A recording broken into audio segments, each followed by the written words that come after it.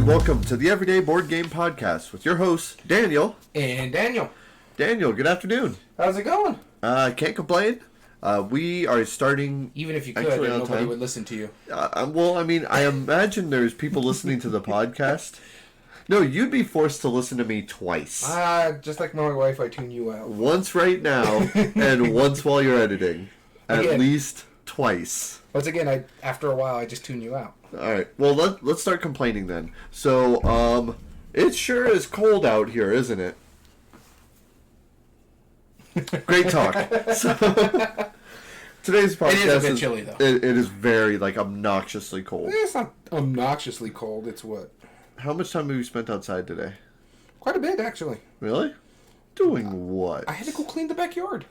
Uh-huh. Well, I was going to go put my cover back on my smoker, but the wind kept trying to take my smoker for kite lesson. The morning was actually nice until, mid-afternoon, and then suddenly it just got frigid. Well, not just that, the wind blew in something. Yes. It got cold all of a sudden. Yes, it did. It was gross out I was here. going to say, it wasn't that bad when I was outside. Right. I had to pick up some stuff, like my cast-off wood bags got thrown around the yard because of the wind, so I had to go pick those up to throw them away. And sure enough. I was like, it's not that bad.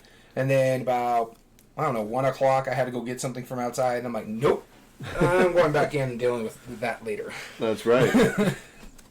Well, this is our first podcast of the year, 2020. Happy New Year, everybody. Happy New Year's to all of our listeners. If you're listening to this later on, whatever time it is, Happy New Year to you as well. This is our first recording of 2023, and as you said, January 3rd. This is a brand new, exciting year in gaming. Last year was an awesome year in gaming. Oh man, it was great. For literally 0 to 60 for us, because we went from 2020 and 2021. Yes. Playing a handful of games. 2020, really nothing, mostly online and stuff like that. I think I got 50 games played in 2020. Maybe. In 2020, well, I got a lot of Jaws of the Lion with the wife. Sure. In 2021, I actually missed my 100 games that I wanted to play. This year, however, wow. Yeah. Wow. So we had gaming goals. We talked about this last episode. We made gaming goals for the year, and we normally like to do that. Around the beginning of the year, we have a few set episodes. Yeah. We like to talk about our anticipated games. That's normally around March time. Yeah. After Gamma. We do the revisiting at the end of the year. Yep. Revisiting. And then we also talk about our gaming goals, which is kind of like New Year's resolutions. In a sense, yeah. Yeah. Except they're gaming related, of course. And unlike gaming or New Year's resolutions, which are normally just 1, maybe 2. We do 8. We do 8 because that's on brand. So don't expect us to get all of them. Yeah. But I'm already making my list. I've already started on some of my challenges. You know one of them because you helped me set up a challenge on my phone. Yeah. And I already have one of my done already. But that was one of your challenges are already complete? No. This is the third. No. I got it started. Oh, okay. We were talking about it yesterday when we were playing some games. Mm-hmm. And so, I helped you set up yours. I showed you mine. That's right. So that didn't sound right. Well, that's fine. We're talking about gaming resolutions. But this episode is going to be one of our reaction episodes or one of our response videos to one that we have already done. Yeah, we filmed that one back in either March or April. It's right after we got back from Gamma. Yeah, as I said earlier, we like to, around March, we like to go for our most anticipated games of the year.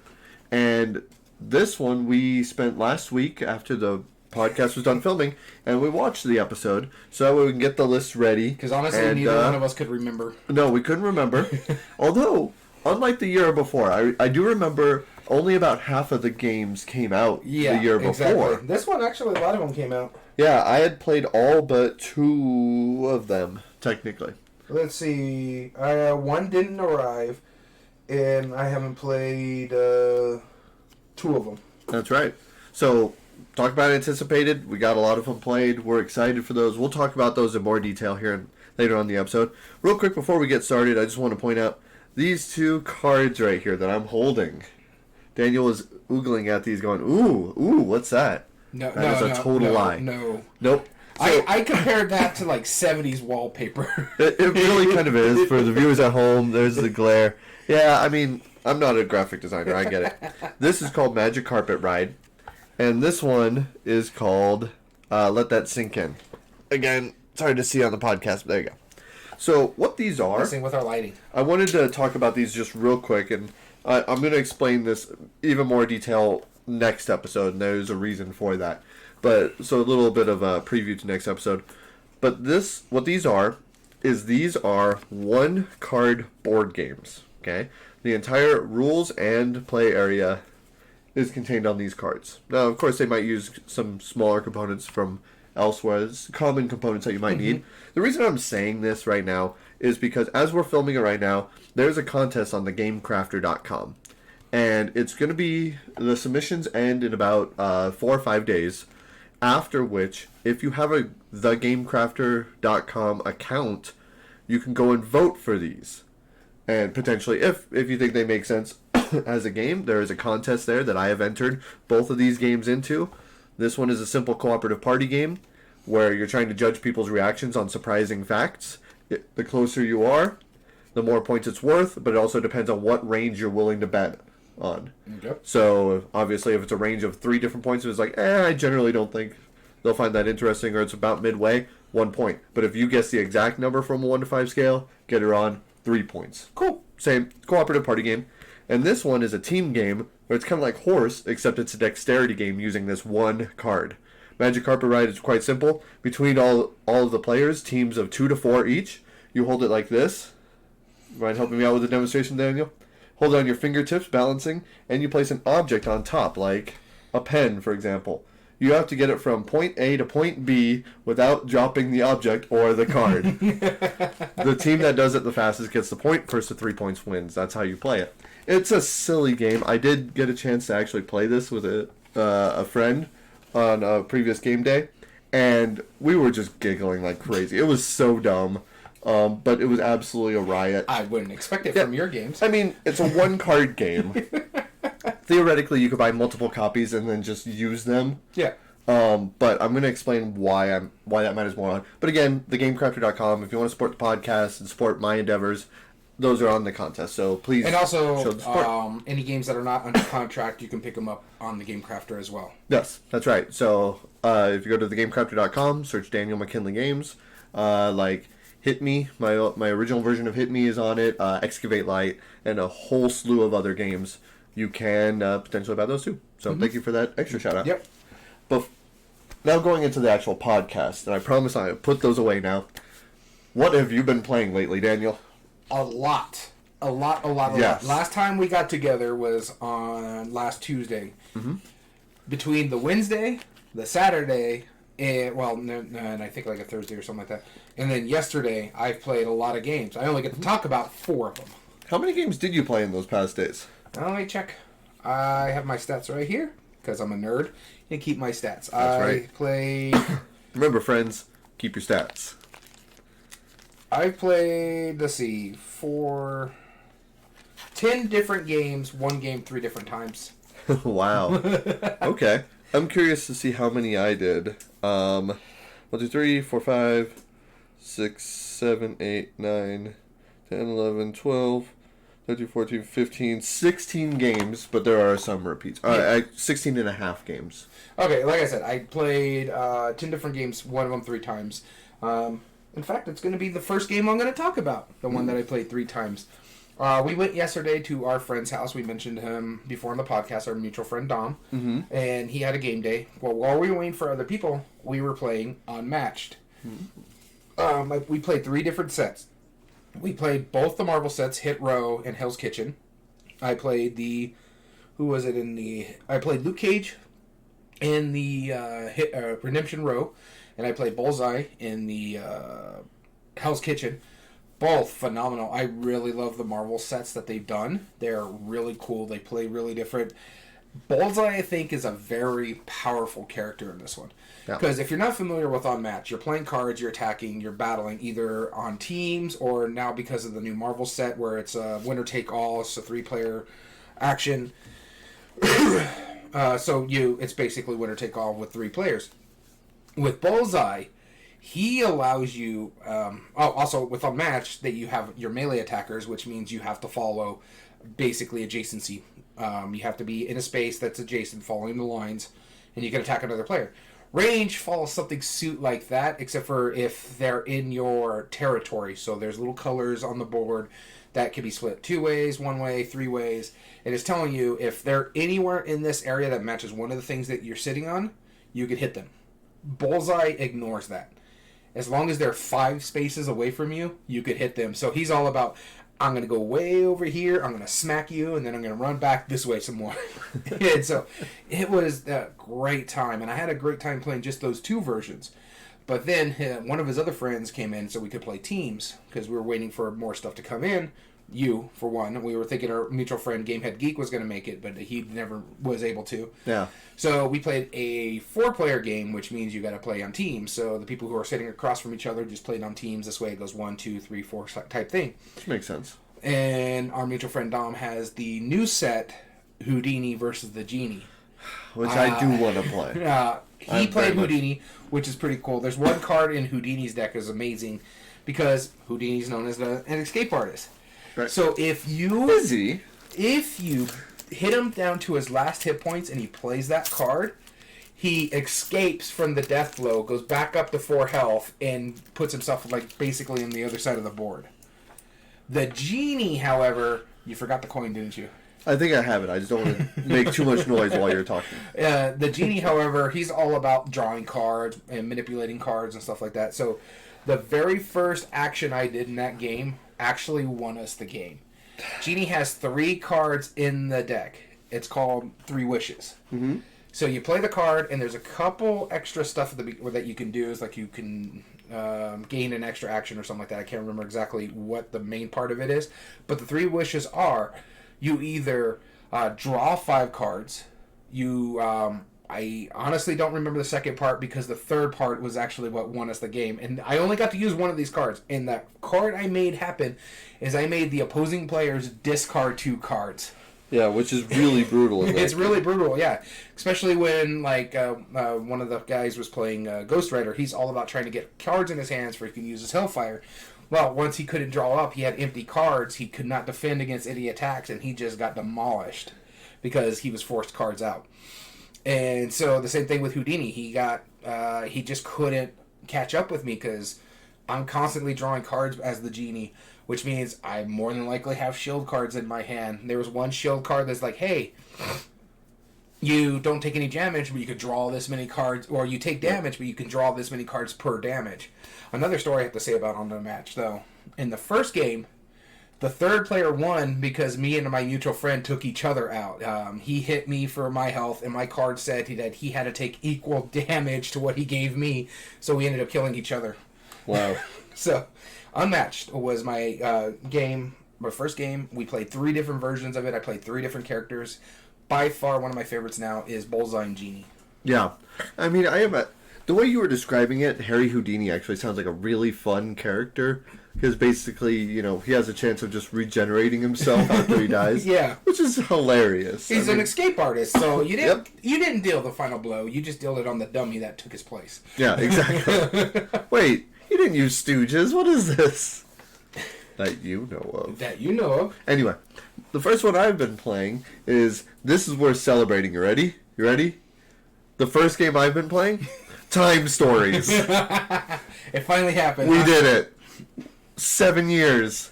7 stinking years. And we you finished. Did it within the end of the year, which was one of your resolutions. We did it 2 days. We did 2 it days. the day before Christmas Eve. New Year's Eve. Yes, New Year's Eve. I'm just excited about the idea that we finished Time Stories. The last time we had played it prior to that was March of 2020. That one chapter we've been sitting on for at least 3 years. How many times did you have to reset? Or do the round?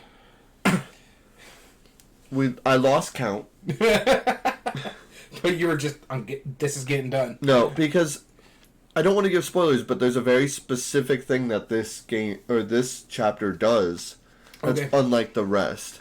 So you have to reset more often than others. Okay. So, but what it does, I've heard a lot of people say that they really disliked the ending on it. Like at a lot of the podcasts I've read or listened to, a lot of the reviews I've read, a lot of people disliked. Are you drinking anything over there? No. New Christmas Eve. Right. Podcasts you read. I've been reading. I only listen to podcasts through written text only. You do the transcripts, huh? I do the transcripts. That's right. Put it on mute, watch the YouTube video, read the subtitles. That's the way to go. So, yeah, in Time Stories, a lot of reviewers said that they really disliked the ending. In non-spoiler versions. Honestly, I liked the ending. I thought it was cool. It did some neat stuff. I didn't like my counter argument. The ending was great, actually. It was pretty neat. There was one other thing that we could have done technically, and we didn't play it technically the exact same way, but we were making sure that we were finishing it that week. Yeah, I don't blame you. However, the way that chapter approaches the new mechanism, because there's a new mechanism in every chapter or every expansion, the way that it did this, I can totally understand why a lot of people were frustrated from it. As a sound panel threw itself at me, it must have played the last chapter too and was equally frustrated, because I get why it was frustrating, and what I was telling you about why we had to reset a little more than often. Yeah. Sure, that's fine. I would say if you have any expectations going into it, what you should do is you should know that if you're going to play Time Stories and you're going to play that last chapter, know that it's a much longer chapter than the others. Okay. That if you go into that knowing, like let's say I'm about to play a game and I think it's going to take an hour and it takes 4 hours, it's overstaying its welcome, for sure. Very much so.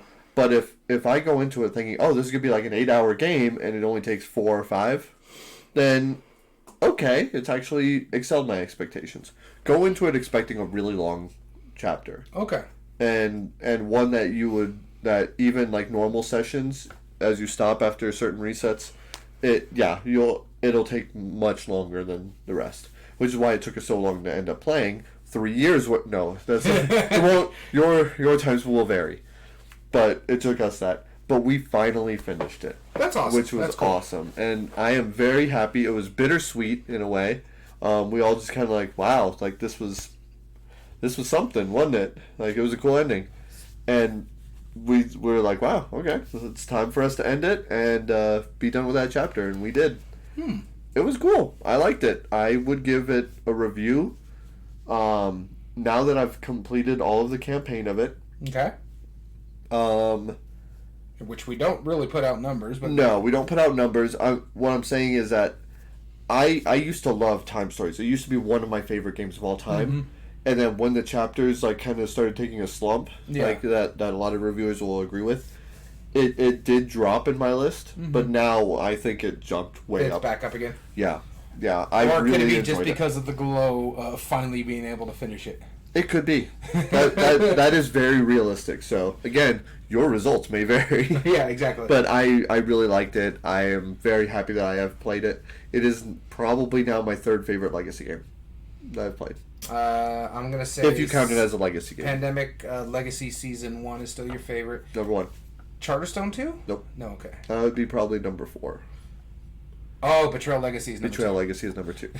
Hands down. Yeah. I'll give you that. Betrayal Legacy was really good. Yep. So there you go. Time Stories. That's what I've been playing. All right. The next game I'm going to talk about, speaking of overstaying, it's Welcome. My talking? Sir, that was rude. No, this game that I'm Why did you look at me when you say, talk about overstaying, it's welcome? So the game I'm going to talk about, we played this last Wednesday. It was our friend's pick that week. Yes. And it's a fine game. I enjoyed it for what it was, and it's called Dinogenics. Is this on your list as well? It's not on my list. Because it overstayed its welcome. Now, if it was half of the length, it would have been on my list. Yeah, it was a fine game. I want to talk about the games I played, whether they're good or bad. That's what people get an understanding. Right.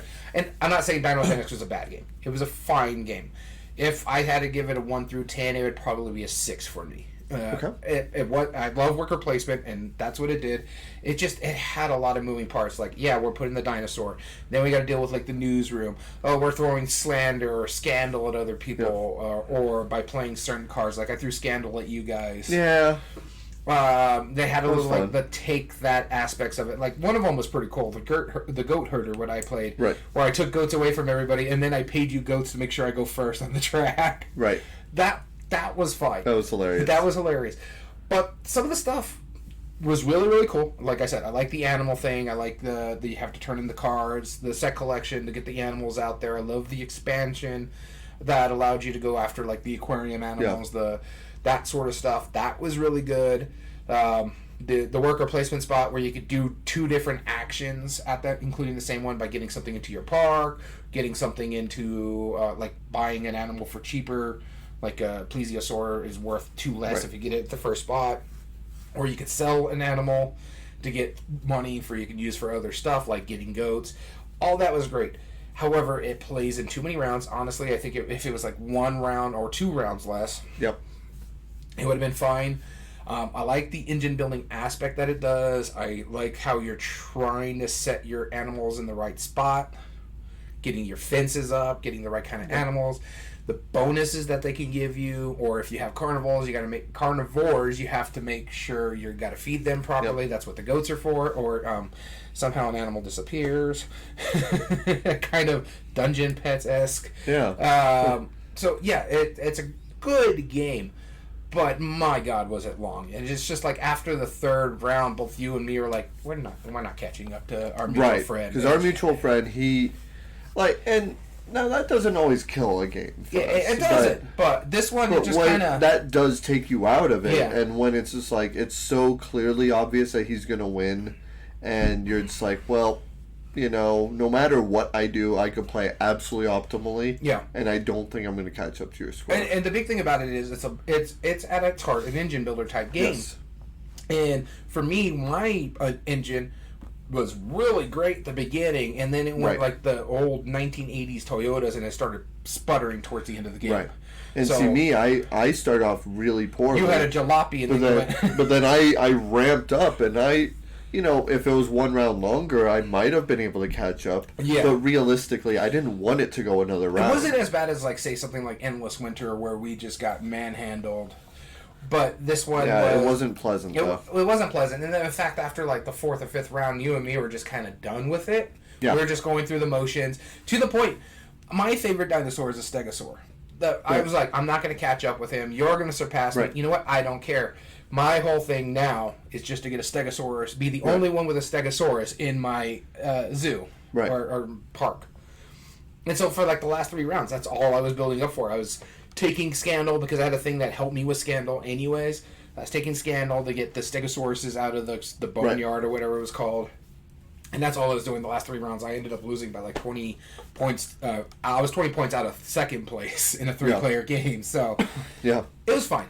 It wasn't great. If you like it, I'm glad you guys like it. Yeah, we get why you like it. Yeah, it's a good game, but I'd rather play Dinosaur Island or Dinosaur World. Right. Dinogenics wasn't bad. Yeah. It just wasn't my thing. Here's my counter to it, and I told this to our mutual friend, and this was my only real argument against it, other than it overstayed its welcome.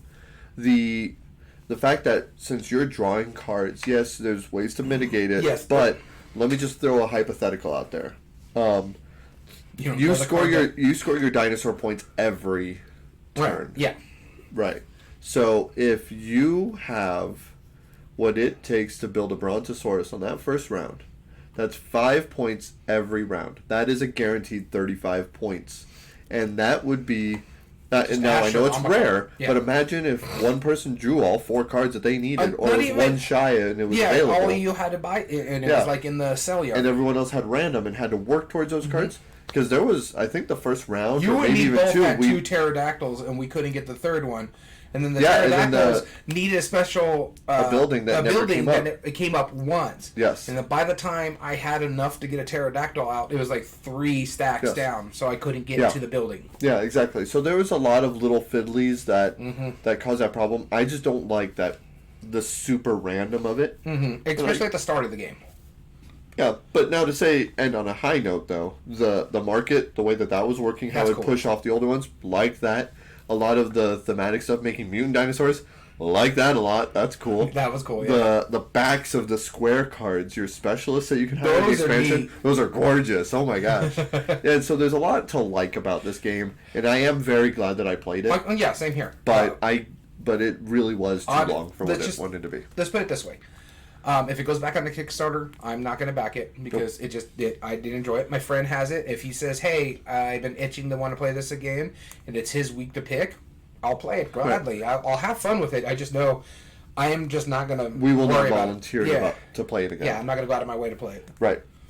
All right. My number 2 is a game that you showed me. In fact, last week, right after the podcast, you showed it to me. That's Final Girl. I finally played it. I had a lot of catching up to do where I played games I've been meaning to play, and I've been playing them over this week. Final Girl is the one that I want to talk about. I played basically like this giant murderous killer guy was chasing after me. I was really close to winning, except when I died, I flipped over that last heart token. I died because it was blank, and you were like, well... I was like, if I could have gone one more round, I would have been able to take him out. And you were like, yeah, but... And then flipped over to 2 more hearts, like... Alright, fine. Maybe I wouldn't have. So, I'm going to compare this to Hostage Negotiator. That's a fair comparison. I used to play Hostage Negotiator. In fact, I still own it. Does this replace it for me? Probably. I am still looking to buy a copy of this because I like the theme more. Mm-hmm. Hostage Negotiator is a very dark theme. Especially being a teacher, one of the scenarios is like a teacher holding her students hostage. Ugh. That's a scary theme. Yeah. And that hits a little too home for me. Yeah. Everything else I don't care. Like it's fine. Like, the guy going postal, whatever, sure, it's fine. But I mean, just that one, it's like, it's a little too close to home. But that's not a knock on the designers. Now the game itself, Final Girl. You pick a different horror theme trope or a different movie. You play against that. It is absolutely unrelentingly brutal. As a good solo should be. Yes. But it's actually better to manage in this one than in Hostage Negotiator. What I like about it is that you can mitigate a lot of stuff. Like if you roll a 3 and a 4, you can discard cards to help you make those successes. Which I believe, and I might be wrong, but I think in Hostage Negotiator it's just the 4. Okay. Where 1, 2, 3 are blank. Yeah, and that's cool. Another thing is like if you get a special ability or an item card that says, you know what, or you used cards for it where 3 and 4s are successes. Right, and see, I also liked that there was a few different like categories. So Hostage Negotiator has like 15 or 16 different cards to choose from, but that's really all it is. It's not a board. Yeah. So this they kind of streamlined it in a way because they have just quite a bit fewer cards that you could choose from. Yeah. But you're basically just choose a different starting character ability and a different scenario. Yep. That's kind of what each of the packs do. Which, I would like a little bit more variability in the cards. I'm sure there is some in other expansions of it. Maybe. I haven't... the only ones I played is the one you played in Poltergeist. So, right. I didn't see anything different in there. Yeah, I'm sure there's probably some differences. But the big thing about this game that I really did enjoy is that it wasn't done as soon as the threat cards were out. Yeah. That's the big thing in Hostage Negotiator. You're trying to save as many of the hostages as possible. Okay. So if you save more than half of them and the deck runs out, then you win. Okay. Whereas it's just a fine cut. Where this, it's either you die or you survive and kill the killer one you were playing. For that scenario. Yeah. And now other scenarios are different, right? But that variability already is really cool. Yeah. So I didn't have any of the expansions for Hostage Negotiator, so I don't know how different it is. Replay value, sure. It is very lucky. Well, yeah, it's dice. You're rolling by dice. You're rolling dice, which is a thing, and that's fine. And it's good too because they have a lot of mitigation in it too. It is the most lucky of all of my solo games that I still like as much as it is. Yeah, I get because it really shouldn't. I shouldn't like it for how lucky it is. Yeah. But I do like it a lot because of how the theme is incorporated. So I mean, AJ Porfirio and I forget who the other designer is. I don't remember. A phenomenal job on it. Great production, great game. Highly recommend it if you like the theme or if you like solo games. That's one to check. And I also like the fact that because I have the the box here, you can take one villain and put it in a different scenario. So, like, you can take Hans and put him in Terra and Maple Lanes, which is the Freddy Krueger equivalent in that game. What is it? I forget what that guy's name is. Yeah, I forget too. Yeah, don't have his name on there, huh? That's all right. I'm surprised. Yeah, that's all right. They have, like, the 4 there. Oh, Dr. Fright, that's who it is. Yes. Dr. Fright, and that's the Freddy Krueger equivalent. But you could take the Jason equivalent and put him on Nightmare on Elm Street. That's pretty cool. You could take... there's actually a character called Lori, which is based off the Halloween character that survives Halloween. So... That's really cool. I like the little Easter eggs that are in there that I see because I watch a lot of that stuff. Yep. Yeah. And you keep saying it like I don't. I actually really like horror movies. I don't like the modern crap that's coming out. That's the only argument I have. Some of it's not Some of it's bad. not bad. There was one that I just recently watched not too long ago, and I can't remember what it is called. But it's dealing with, like, these people are entering this one guy's house. Yeah. And he's deaf. Yes. Oh, I think it's called, like, Silence or something like that. It was real. Oh, no, Don't Speak. That's what it's like, called. the old horror movies were where it's at, though. Like, it didn't... I never liked movies that rely on jump scares, because I don't consider that scary. And, like, disaster movies, like, those aren't really horror movies. But, like, back in the old school, like, Halloween, for example, you would just have, like... Slasher fic. Yes. You would just have, like, a scene where she's, going about her day, closing cabinets, like, and walks away... And it just waits a little bit too long on the door behind her, and you just see a figure come in, and then it cuts away. That's freaking terrifying. You don't need anything scarier than that. Jaws was legitimately, like, unnerving the whole time. It's funny. It's not particularly scary, but it's just unnerving. It's uncomfortable. I remember... I miss those. Steven Spielberg just recently apologized for Jaws because of what it did to sharks in the wild and stuff like that. Yeah, that's true. I mean, it made them seem like they were cold-blooded killers, but really they're... But more people in the world get killed by soda machines falling on them than shark attacks. Yeah. So I get that how you feel about horror films. I feel about the same way. I don't mind some of the newer stuff if you look for the really good stuff. Right. Yeah. There's a few. Don't Breathe. I think is not Don't Speak. It's Don't Breathe is what I was talking about. Yeah. That one's really good. I didn't mind the first couple Conjurings. Those were pretty good. The first one was really good. The second one was eh. I didn't care for the Conjurings myself, but like there was a movie that Jordan Peele made. Don't Speak was really good. That's the one. You might be thinking. I don't know which one you're thinking of because he made 3. Yeah, it's not Get Out. It's Don't Speak. Oh no, Get Out is the good one. That's the one I like. That's the first one. Yeah. No, the second one is the one I've seen. Okay, I did like it. That one's okay. I didn't like that one as much as I like Get Out. I want to see Get Out. I haven't seen it yet. The third one is it. Because I forget what the one you're talking about, but it's like where it's got like the body doubles. Yeah. Yeah, that one was not bad. Yeah. But there's some good stuff over there. He actually, if I remember correctly, he rebooted the Candyman series, and that one is really good. Oh, I bet that would be good. That was really good. Yeah. So, but that's what I'm saying, though, is that I love it's campy, but that they took that, and it's very nostalgic. And the thing about it is like, the first one is slasher films, like, before they became, like, the campy series that they are. Right. All of them are really, really good, and then they went campy. The very first Friday the 13th was really good. Movie. Yep. That's still one of my favorite horror movies of all time. The very first Halloween movie is still, by far, my favorite horror movie of all time. And then you got stuff like Freddy Krueger, but we're getting really off topic. Yes, we are. Yeah. So, Final Girl. That was the second movie I played. Second movie. Second game. I swear I'm not drunk. The third game I'm going to talk about is one I talked about a lot of times, so I'm not going to harp too much on it. Okay. But I just want to say I played it going into the new year. I think we played it the Friday before going into the new year, the 30th, I think it was. Okay. And that is Gloomhaven. Actually played a little bit more. We took a little bit of break because we were actually playing from Jaws of the Lion, then straight back into Gloomhaven, so we had to take a bit of a break. We got kind of burnt out a little.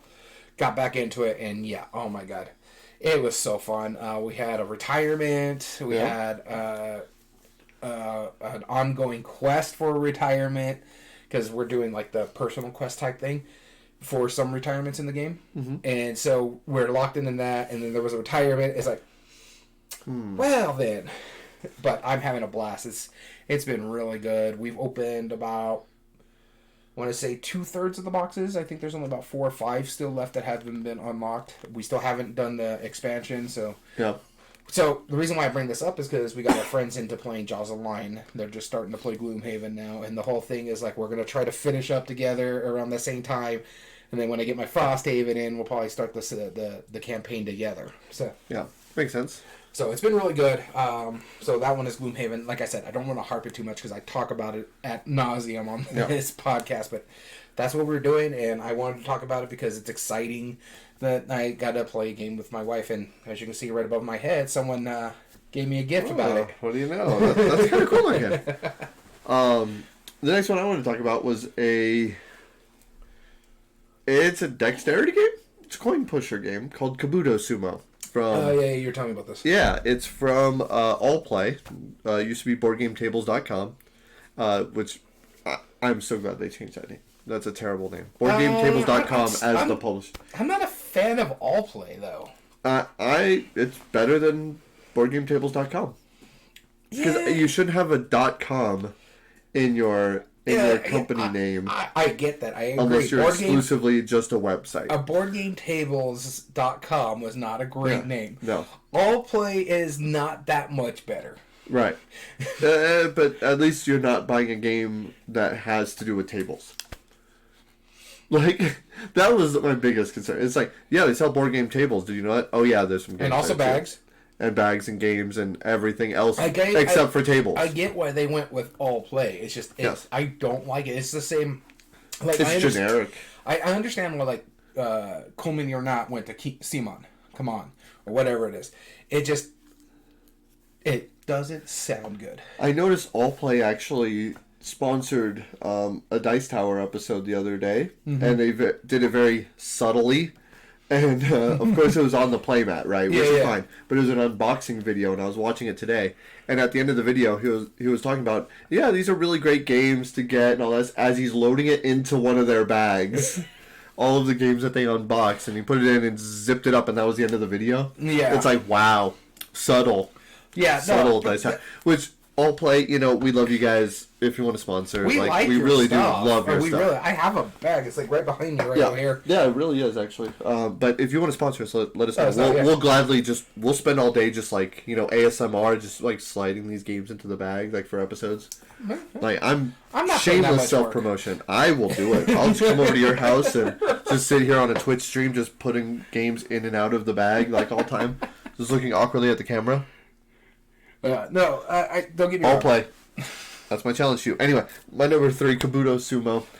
It was a really cool little dexterity game. You each get your own little character that has an ability, but really your goal in this game is to push the other wooden piece off of the platform. Hence the name.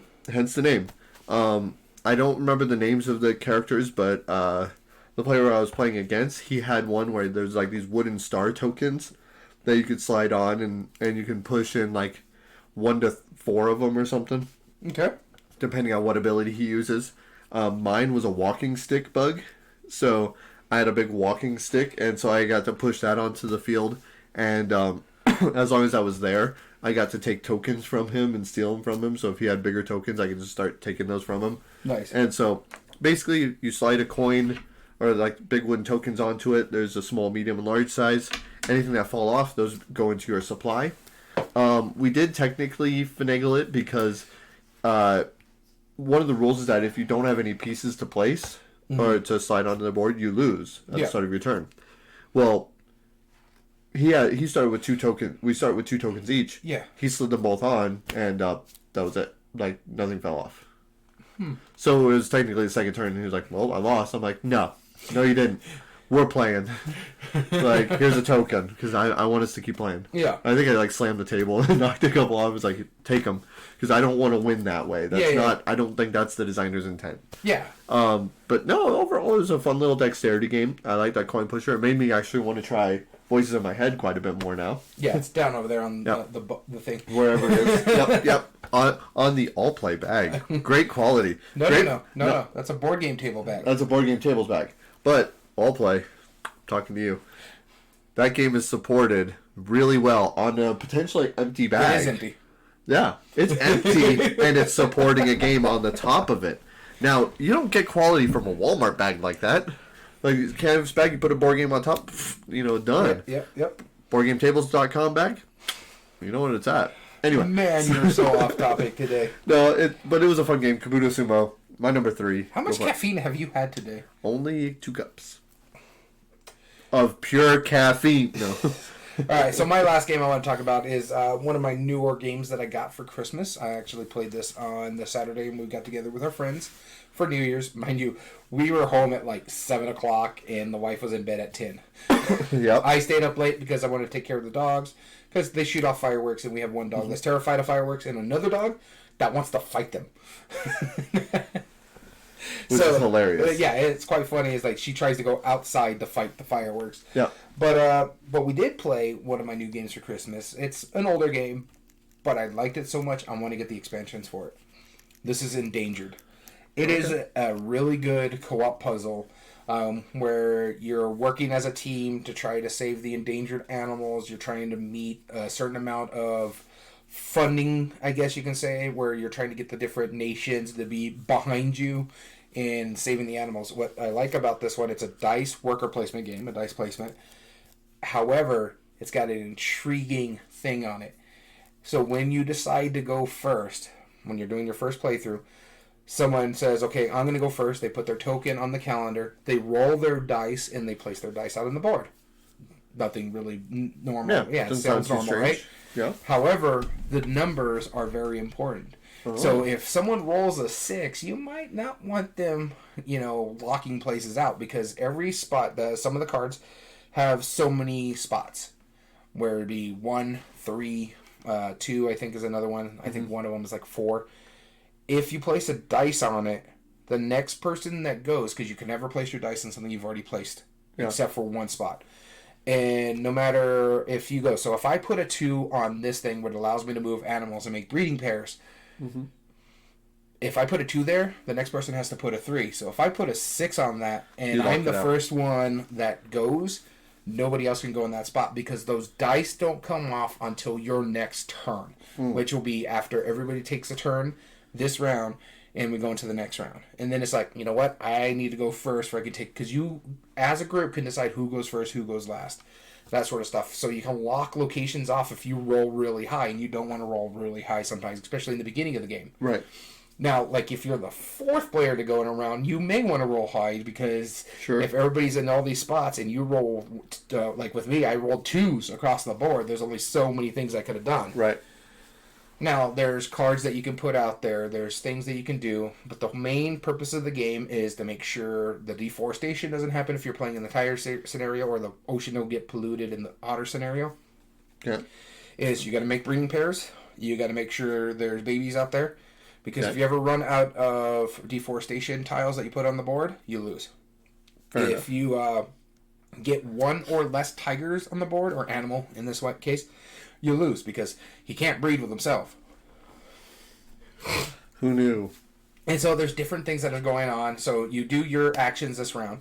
Then you roll the orange die that determine how many breeding pairs you get. And so say I have 5 breeding pairs. It's 5 breeding pairs plus 1. You got to roll 6 or under. So you should be good.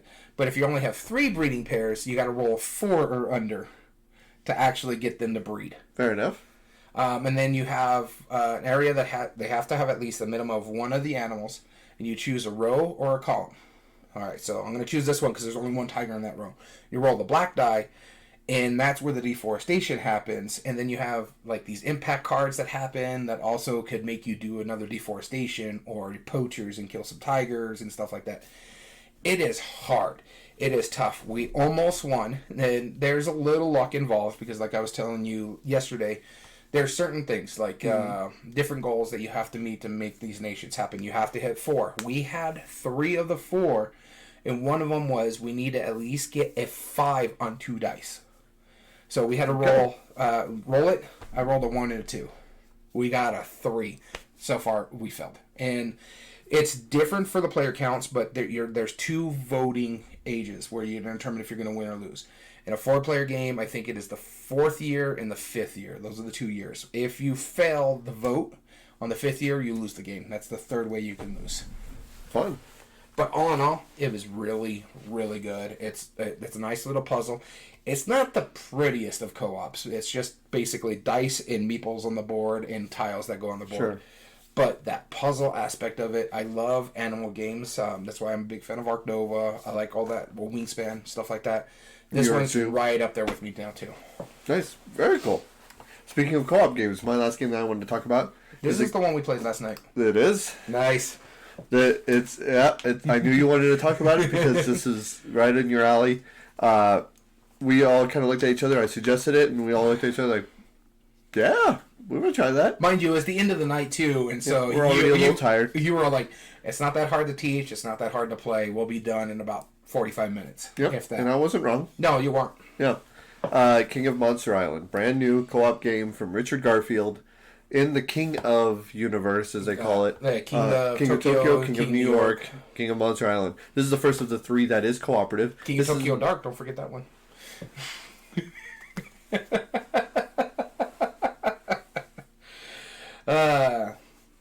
See how it is? See how it is? Yeah, King of Monster Island. This is the first cooperative one. Your characters are fully portable over to it. So if you have King of Tokyo, you could bring those over, or use these characters over there because really it's just the standees and the markers. Yeah. So it's not that big of a deal. But what makes this game totally different is that you're rolling bad dice for the boss. Mm-hmm. You chuck those into a volcano, which spread across 6 quadrants of the board. If you play the spill, it's kind of like with that mechanism. Yep, exactly. It's a dice tower that spreads it out over the board. He will go towards the area that's adjacent to him that has the most dice and trigger them all, including the minions that are in that area. Mm-hmm. Each of the minions have different abilities, which makes it more difficult. And each of the dice have like up to 3 different symbols. 4 different minions? The shield, the soldier... There's 5, but we only play with 4. Oh, okay.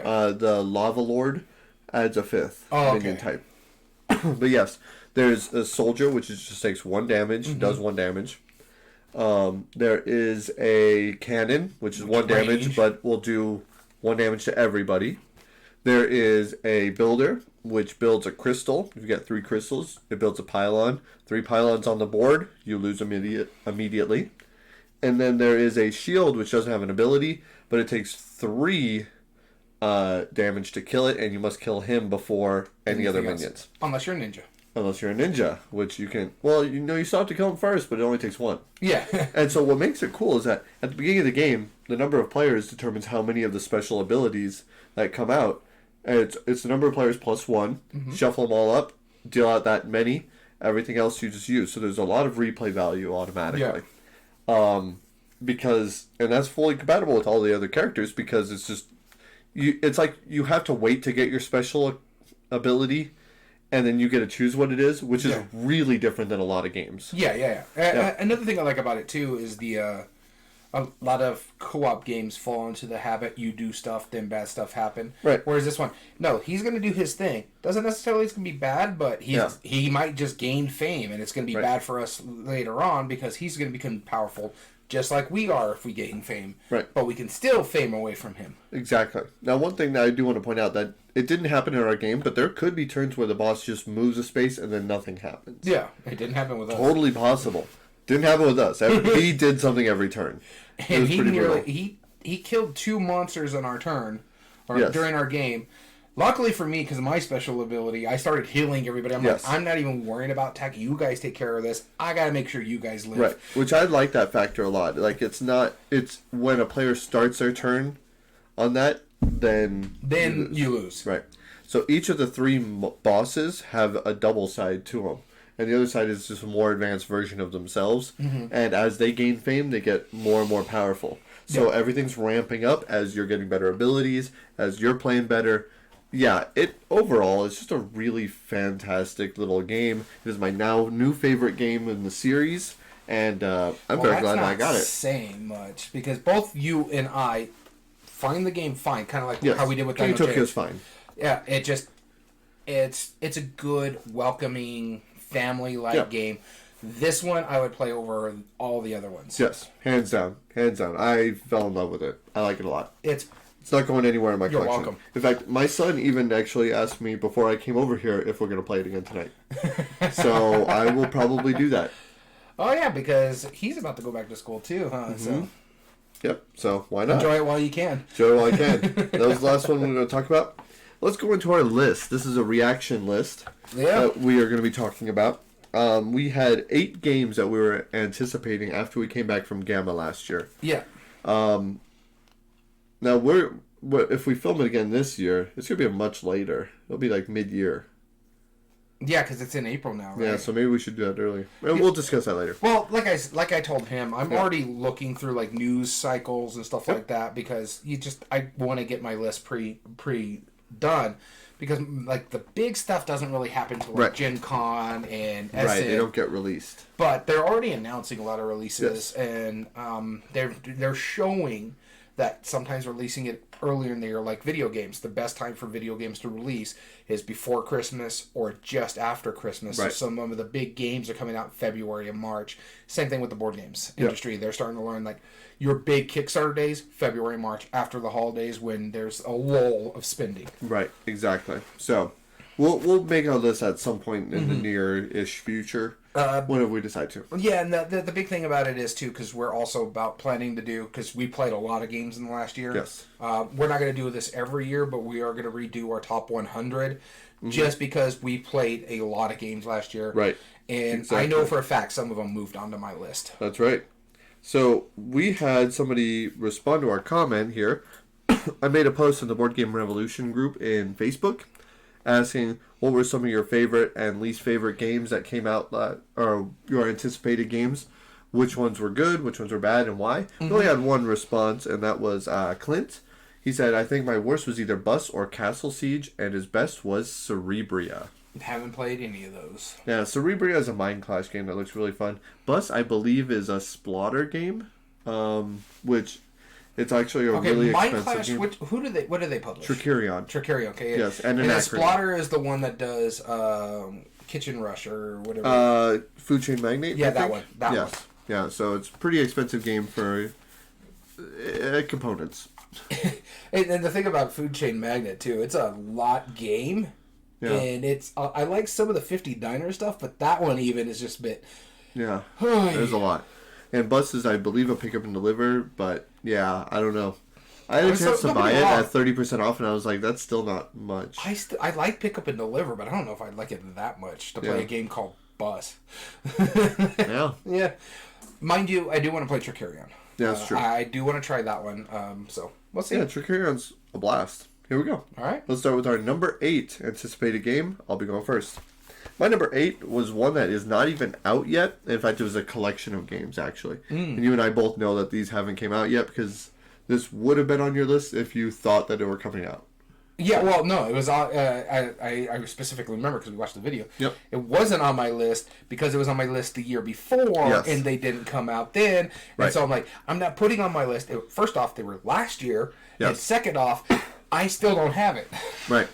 And you know, they made like simple retail versions of them. Yeah, and did a Kickstarter for that much later, and then already fulfilled those. So now we're waiting on the fancy versions, which you know, I'm sure they'll be worth it. They had those as well for our Kickstarter as well. So you get about the original or the fancy. You and me chose the fancy. Yes.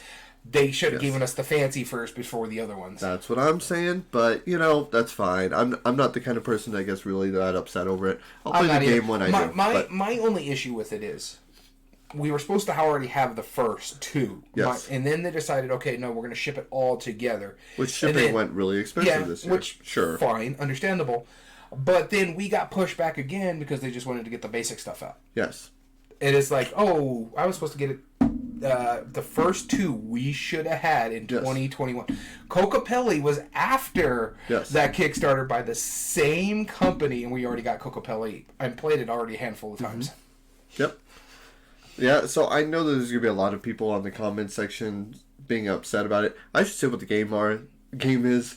This is the City Collection, the Stefan Feld City Collection from the Queen first Games. 4 games. They've already announced all 4 of them. They had already announced the next 4 games. Yes. And which will probably... The only way I might not back it is if I don't have the first four by the time the Kickstarter for the next four come out. Well, I think they're only going to do the next two first, and then they already talked about because the next two I think is supposed Kickstarter to be... comes out and I don't have the first four yet. Yeah, it's kind of pushing. And the thing about that is with Queen is like they haven't pushed out any of their games lately that all were on that Kickstarter. I think our friend finally got his London Bridge game after how many years? Yep. So yeah, Queen's on my list right now. It's kind of like the fact CMON, a lot of people are having problems with because their shipping cost. Sure. But you're getting your games. Like I got both of my waves pretty quickly. I'd be willing to throw a little bit more if I was able to get the stuff quicker. Yeah. But I'm not. So, alas, the City Collection, it's not out yet, so I don't know if it's going to be good or not. But I was anticipating it this year. That flew by. So who knows? We'll find out. It's January 3rd, 2023. Yep. And the last we heard, they're probably not even going to get started till after the holidays. So they probably won't get started till like Wednesday to get our stuff out. Yeah. We will announce on the podcast when we finally receive it.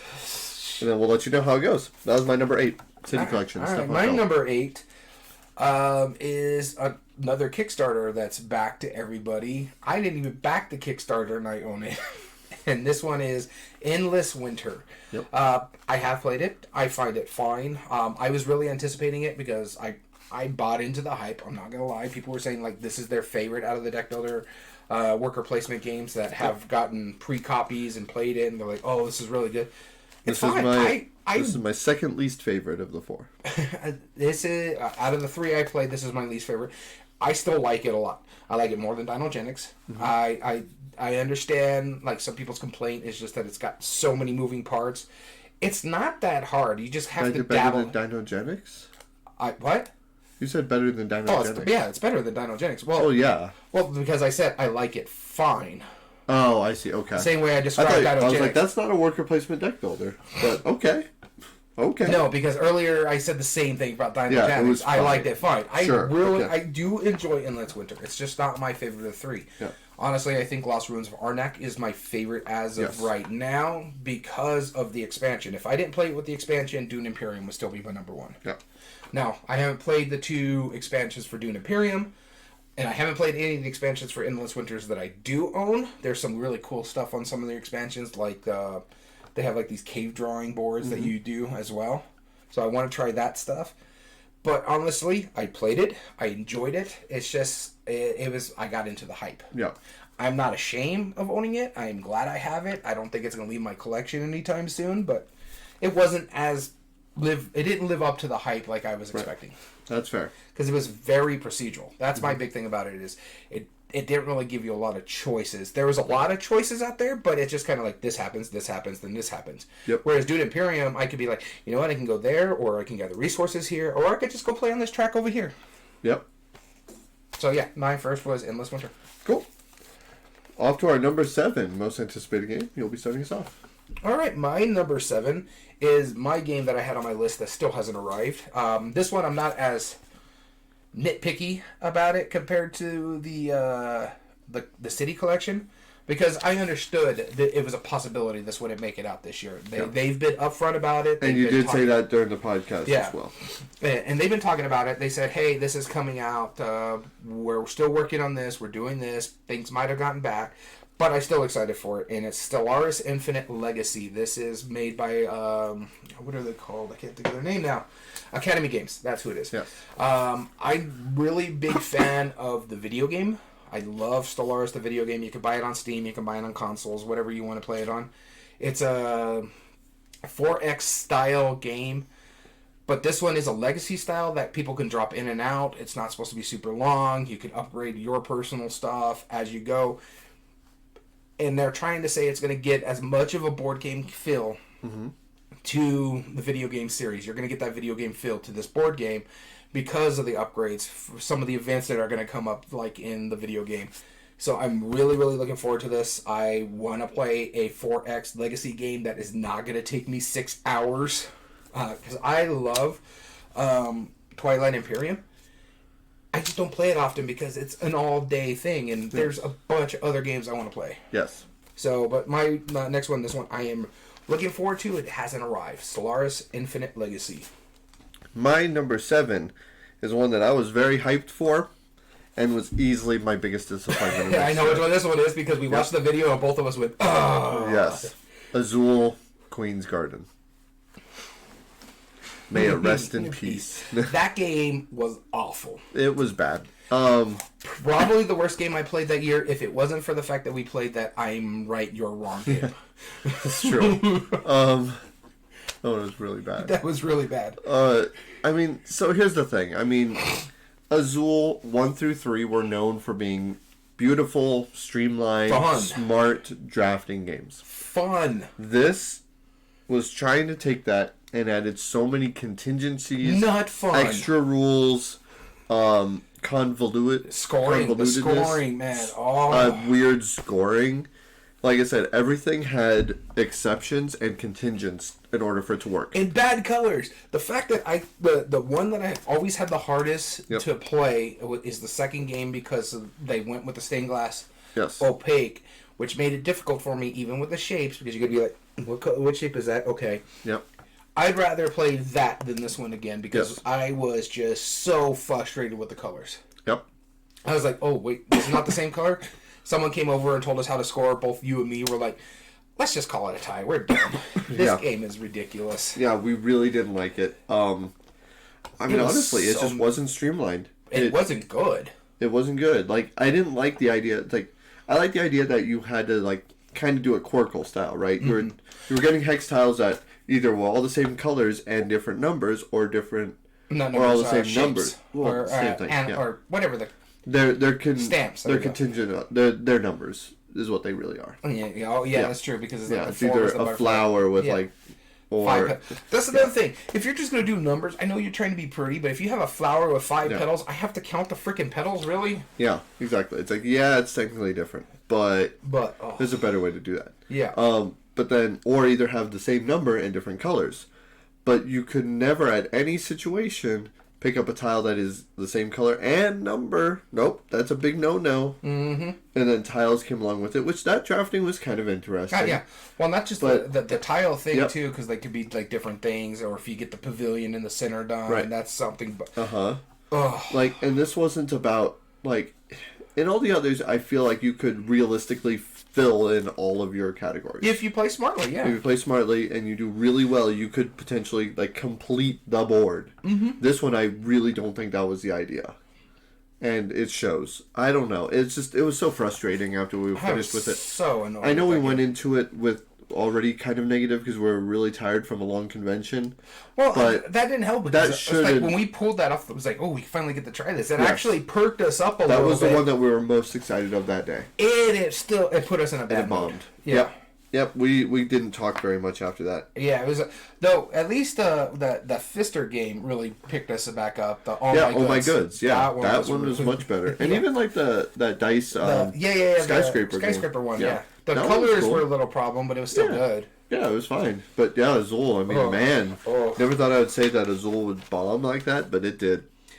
And not only that, made us angry for some reason. Mind you, we did have a whole weekend. I was just upset, and you were very angry. Yeah, I was frustrated like you wouldn't believe, because I couldn't see half the things. Yeah. Yep. A lot of production issues. Number 7. Now up to number 6. Number 6. You. My number 6 is a game that I put on my list after playing it once at Gamma, and I was very excited after that, and now I haven't played it yet, and I don't own it, but I still think I really enjoyed it enough, and that was Kites. Oh, yeah. $20 simple game. I still remember very vividly how it's played. We had fun playing this game. It was a quick demo, right? So it wasn't a full playthrough, so that's why it was on my anticipated list and not like, oh, I already liked it. Yeah. You know, it was kind of a... Yeah, in all honesty, because it was like a speed dating situation that we were doing. Yeah. And he had to just kind of show us how it worked, and we played just slightly, and both of us were like, oh my god. Yes, exactly. No, it was good fun.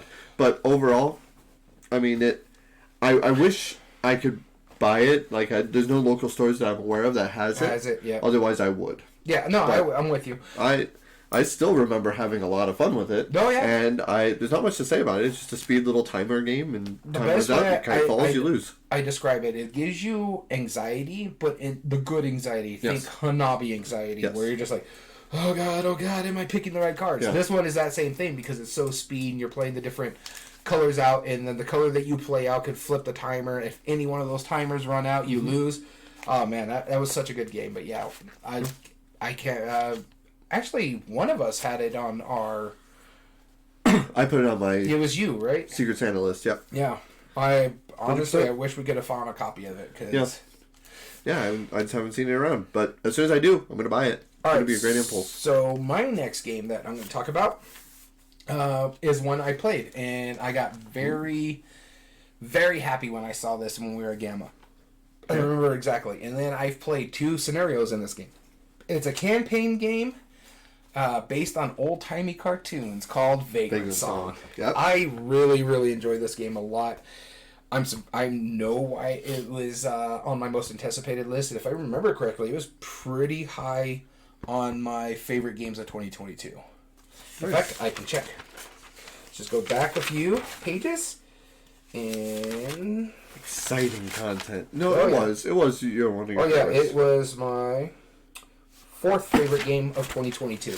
Yep. So the hype was real. The hype was real. I really enjoyed it.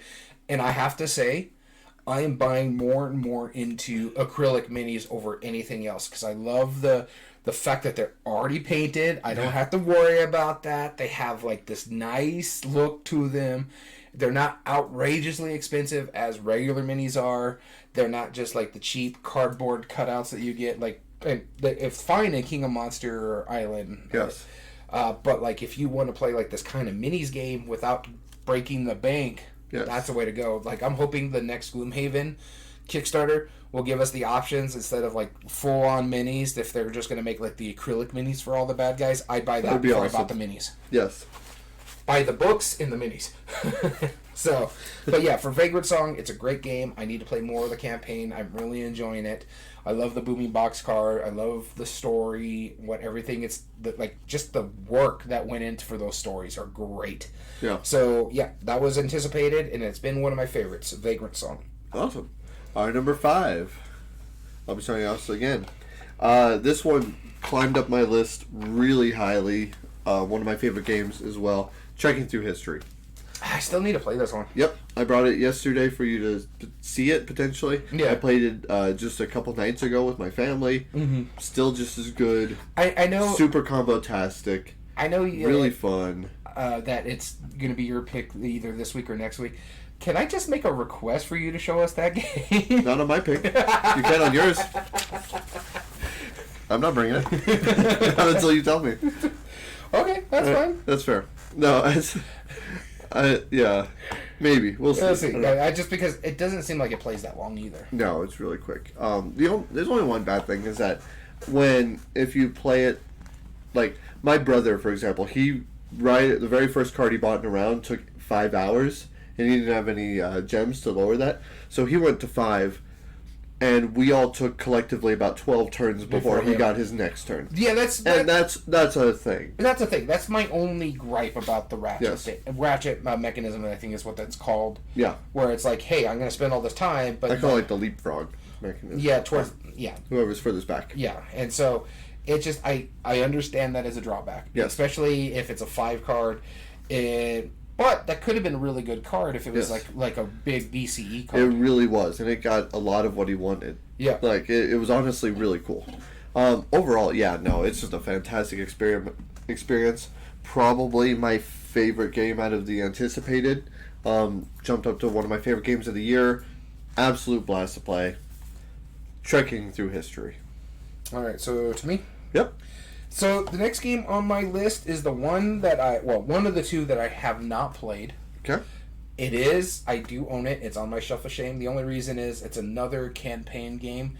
And also I'm kind of hesitant on this one just from everything I've heard about it. I do want to try it. I do want to play it.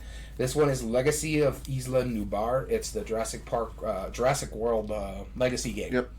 I do want to play it. I still want to try it. I know not a lot of people have liked it that played it. I still want to go in with my own idea for it. Yeah. So that's why I'm just kind of letting it cool off. Yeah.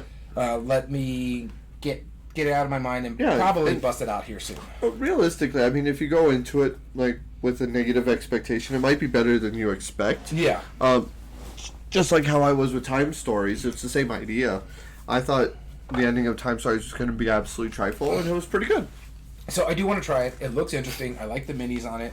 I found it funny that people were so upset that they weren't getting like Kickstarter exclusive stuff, so they had to give us like different molds just to be different. I'm like, I don't care. I don't expect Kickstarter exclusives for like any of the Shim Phillip games. It's just I want to get it as early as possible. Well, I mean, realistically, Funko does a really good job of making inexpensive productions. Oh yeah. But that Funko had never made anything above a $60 board game, much less $120. Yeah. And then what they had to do to go into it too. So I mean, they had to prove that was something that was realistically. And don't get me wrong, my thing is like the Kickstarter exclusive stuff. That was my big is like, really? Why are you complaining about this? Yeah. Kickstarter is not about Kickstarter exclusive stuff. Right. You don't expect it from the Shim Phillip games. Why are you going to expect it from the Funko games? Right. This is just something they needed to see if it's going to be plausible. Right. Before they place their order, they need to know if there's an actual demand for this. Yeah, exactly. And so like I went into it like, I don't need the Kickstarter exclusive stuff. Just give me the game. Right. I understand why you're doing it. So, and it's the same thing with Dark Tower. I didn't go into it for the minis. I really liked the game, and so I went and bought the minis for the game. Yes. But it wasn't needed. You don't need that kind of Kickstarter exclusive stuff, but just people have come to expect it. Yeah. And I'm talking more about the Kickstarter stuff than the actual game, and it's because I haven't played the game, but I do want to try it. Yes. Yep, I completely agree. Cool. All right, on to our number 4. All right. To me? Yep. So, my number 4 game is one that I thought was going to be on your list, and you're like, no, I'm not interested in it. And now you own the whole thing of it, too. And this is Marvel Dice Throne. Yes. Correct. So, I remember we were having this big old discussion, and you're like, no, it's not on my list. I own Dice Throne. I own all that other stuff. And Marvel doesn't really intrigue me. And I even, in the podcast, I even swear, like, I don't care about superheroes. Whatever. And yeah, now he owns all of it. It's really good. It's good. It's really a really good game. I really enjoy the Marvel license on this one because if any game other than like Marvel's Champions and stuff like that were needing that could do well with a Marvel's license, it's this game because of the uniqueness that they could do with the powers and the dice and stuff like that. In fact, I have the Santa and Krampus with it, and I have no problem having Santa fight Loki. It feels good, which is hilarious. Yeah, it's awesome. It's a great system, and then you put the Marvel license on it. I'm always going to be intrigued. I'm wearing a superhero shirt right now, and so for me, I agree. This is one of my most anticipated games. It didn't make my favorite games of the list because it's still Dice Throne. Yes, it's still. It didn't break the mold too much. Yeah, it didn't break the mold. It just gave you the license, but I really, really enjoyed it. You know what's funny about it? I just realized. I am also wearing a Marvel style hat because it's the Minor League Baseball Defenders series, and I'm just like, wait, I'm wearing a superhero shirt. I got the Marvel, and I'm talking about Marvel Dice Throne. That's how much I like superhero stuff, and Dice Throne perfectly lends itself to the Marvel universe. To the point, I want them to do another one, but not Marvel. Yeah, give me a DC one. This way you could have Batman go against Santa Claus or Krampus. Sure. Yeah, why not? My number 4. Speaking of Funko games. Okay. My 4 I kind of cheated because I technically said 2. 2, yeah, I remember that. But I was mainly there for Goofy Movie. What was the other one you said? Rear Window. Yeah, okay. And so, Goofy Movie, the board game, I mean, I'm just a sucker for that movie. I love that movie. It's a good movie. I will watch it any day. Still not my favorite Disney movie. It's not my favorite Disney movie either, but it's my number 2 favorite Disney movie of all time. I don't even know if it's in my top 5. Yeah, it's okay. It's really, I get why a lot of people don't like it as much as I do, but it's super nostalgic for me. It came out right when I was young enough to be the market. Yeah, and I enjoyed the mess out of it. I get it. Yeah, it was just a fun little game. And so they brought in, it's basically like a race across the country meets Sushi Go. Each of the different pictures that you take are themed off of Goofy Movie. You're collecting memories. You're going fishing. You're doing all these different things that scores in different ways. And the first person to get to the concert first gets the most points right off the bat. Anybody after them gets fewer points. And most points at the end of the game wins from the combination of the memories and that. Simple. That wasn't even your favorite out of that list. No, it wasn't. But I really enjoyed what it did. Now, it's something that my kids are too old to really appreciate now. They did like the movie. They don't care for the game. They thought it was pretty simple. And I have shown it off to quite a few people. But, I mean, we're already on our third restock of it. Nice. So, I mean, it's been selling at our store. And I think it's just because of that nostalgia factor. Now, Rear Window, though. That one was the one I kind of slid in there because I was like, I don't really know much about it. I like the movie a lot. I was like, I was intrigued more than anything on if it would actually, like, work its way into, like, or how it would work that movie into a movie or into a game.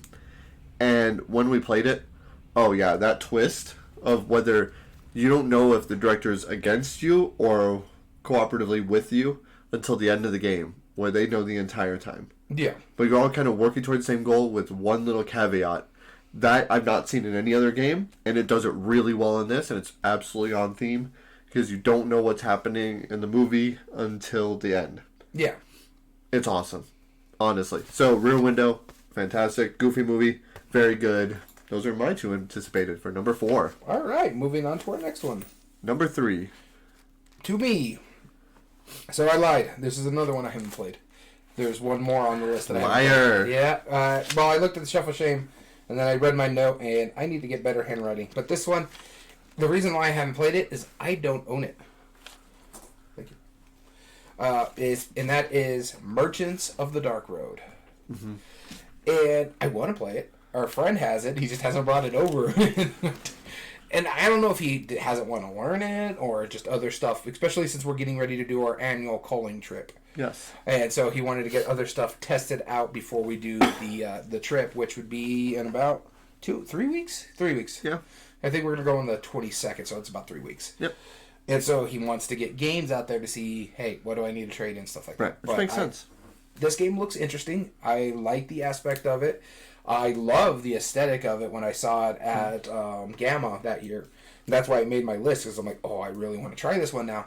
Mm-hmm. And it's kind of cooled on me now. I still want to play it, but honestly, this far out now, it probably wouldn't have made my anticipated list if I hadn't seen it at Gamma. It's because I like Elf Creek games, too. Yes. I really like, was it Atlantis Rising, 2nd edition? That one's really good. I liked Honey Buzz. And there's a couple other stuff that they have. And so this one just kind of got that hype that really is like, okay, this looks cool. But honestly, now, I'm like, I want to play it. But there's other games I want to play now. Fair enough. All right, my number 3 is the last one that I had not played yet, because I had just recently got it maybe 2 weeks ago from an early Christmas gift, and that is the Unlock series, the board game themed Unlocks.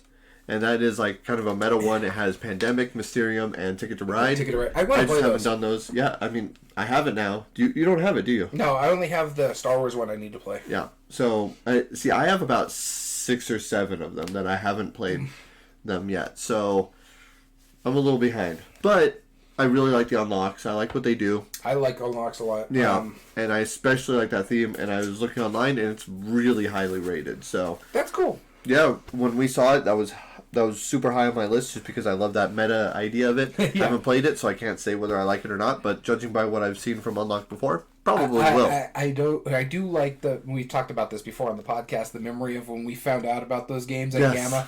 You and me are like, did we just see what we think we saw? And we were like geeking out, and they're like, should we turn this off now? Right, exactly. We thought it's like, we're being privy to information, like, I can only imagine if we put that on Twitter, like, right then and there, we'd be lynched. Like, they would find us and escort us out. Yeah. Yeah. And it wouldn't be hard to find us. So, like, wait, how's it on Twitter? Them! We were the only two in the room. In the room, yeah. But what's interesting about it is, like, they're practicing it, like, before they're supposed to do the... Yeah, I understand you're going to do that, but you shouldn't do it in the room that's already open for people to show up in. Right. Yeah. Well, we were also there like more than a half hour early just because we were relaxing.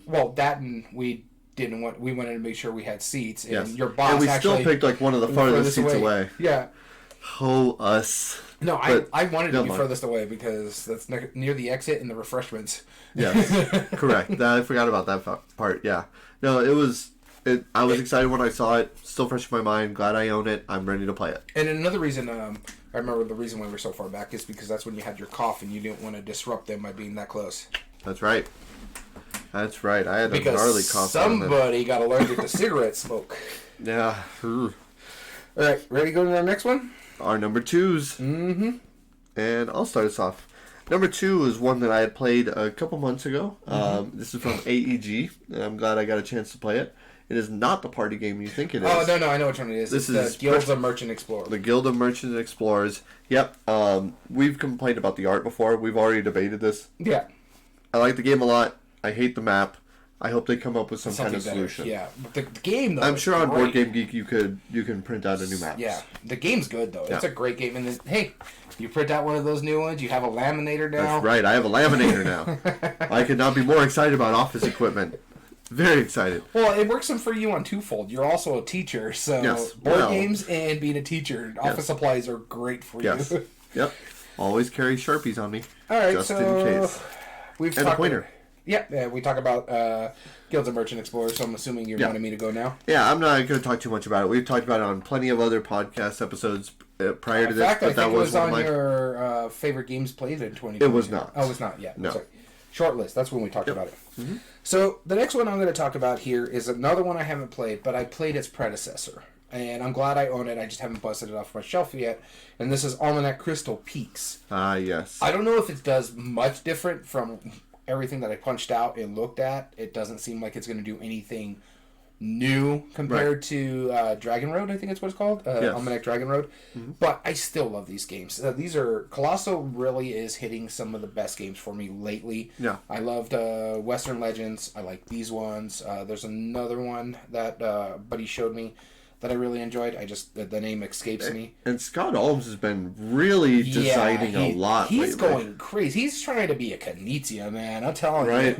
Yeah, he's young enough right now that when he's Knizia's age, he could be at 600 games. Yeah. Yeah, it's ridiculous because... Think about it. He put all the Tiny Epics out. Mm-hmm. Plus, he's been doing some solo games lately. He's been doing Button Shy, the Almanac series with Colossal. It's just he's hitting it through the roof lately. I do want to play Crystal Peaks. Like I said, I just don't know if it does anything different than Dragon Road. I really like the concept of it, where it's a worker placement, and depending on where you're going, changes the rules on the worker placement based on where you're opening up in that book, which is your game board. So it's really good game system. So I want to see how this one does, but I still haven't played it yet. All right. Our mutual friend Dom has played it. He says it's really good. Yeah, I do want to give it a try at least. I'm checking to see how many games he has made recently. He has, under Board Game Geek, he has 173 titles, but that also includes expansions. Oh, yeah, it's also including expansions, but I'm telling you, he's young enough to catch up. He's old enough to catch, or young enough to catch up to Knizia. That's right. And our number one, most anticipated game of last year. Let's see how they do. Let's start. Yep. All right, so my number one most anticipated game, surprise, surprise, I liked this game a lot by playing it. So much so, it was up there on my list of, I think it was actually my number one. I'll look it up here in a minute, but that's Ark Nova. Again, I talked about at the top of the podcast when I was talking about Endangered. I love animal games. Yep. I love going to zoos. That's actually one of my favorite things to do with my wife because she really enjoys zoos and walking around and seeing the animals and stuff like that. And then I heard they're like, oh yeah, we made this game. It's about zoos, and we saw it all at Gamma, and I'm like, that looks really cool. So I pre-ordered it. Yep. And I just had to wait to get it in. Got it in, learned the rules. I think we played it like a week when it was my pick after I got it. Yep. And I enjoyed it thoroughly. I suck at the game. I still haven't been able to get the things to cross for me to get actual points in the game. Right. but I really enjoy it. I love the cards in the game. I love the fact that it's very unique cards. And again, I'm also a sucker for engine building games, and this is what it is at its heart. And you put engine building and animals on it, you're going to... Worker placement, engine building, all that stuff is right up there. And so this is like my second favorite mechanism. And Ark Nova, everything, what everybody has said about this game is true. This is one of the best games of the year. I could see why it shot up so high in BGG. Yep. I think it's like number 4 right now.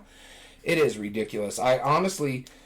If it stays where it's at its meteoric rise that it is, I could see it unseating Gloomhaven.